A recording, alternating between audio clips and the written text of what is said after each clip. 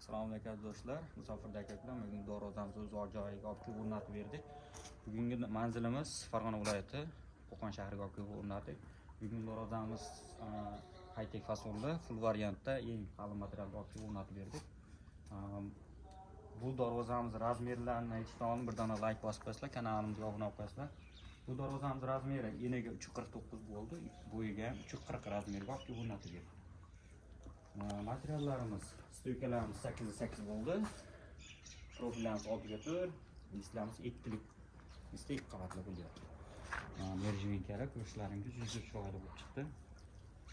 Buni 1 kvadrat metrini 1 million 200 ming so'mdan olib kelib o'rnatib berdik. Dastavka xizmatlari ham yo'qda bo'ladi. Uyda asli to'k beryapti, motor beryapti. Bunga shunday ishlarimiz kerak bo'lsa, ekrandan nomerlar telefon qilaverasizlar. O'zbekiston bo'ylab xizmatimiz bor.